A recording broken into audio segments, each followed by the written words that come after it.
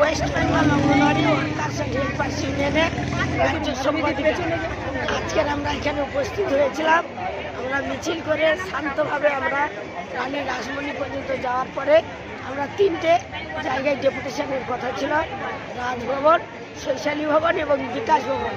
বিকাশ ভবনে মাননীয় শশীবন্ধা মহাশয়ের কাছে এবং শৈশালী ভবনে ডাইরেক্টর ম্যাডামের কাছে এবং রাজভবনে রাজ্যপালের কাছে। কিন্তু আপনারা নিশ্চয়ই দেখতে পাচ্ছেন যে মাঝপথে আমাদের পুলিশ প্রশাসন ব্যারিকেড করে আমাদেরকে মিছিল অবরোধ করে দেওয়া হয়। দীর্ঘ লড়াইয়ের পরে আমাদের কর্মীরা অনেকে আঘাত পেয়েছে, মাথায় লেগেছে, হাতে লেগেছে, পায়ে লেগেছে। পুলিশ প্রশাসন বিভিন্নভাবে তাদের উপরে একটা অত্যাচার করেছে।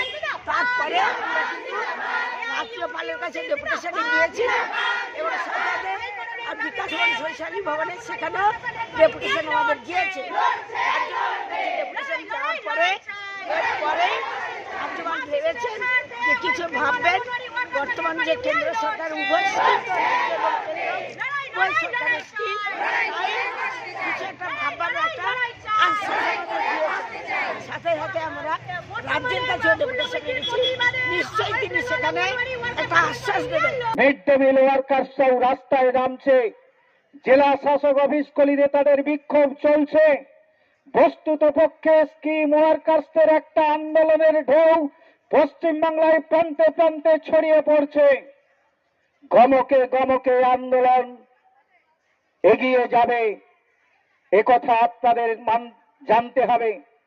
পথ পরিচালিত হয় আন্দোলনের যদি ধারাবাহিকতা থাকে, পরে 15 সালে কেন্দ্রীয় 51% বাজেট কমিয়ে দিয়েছিল।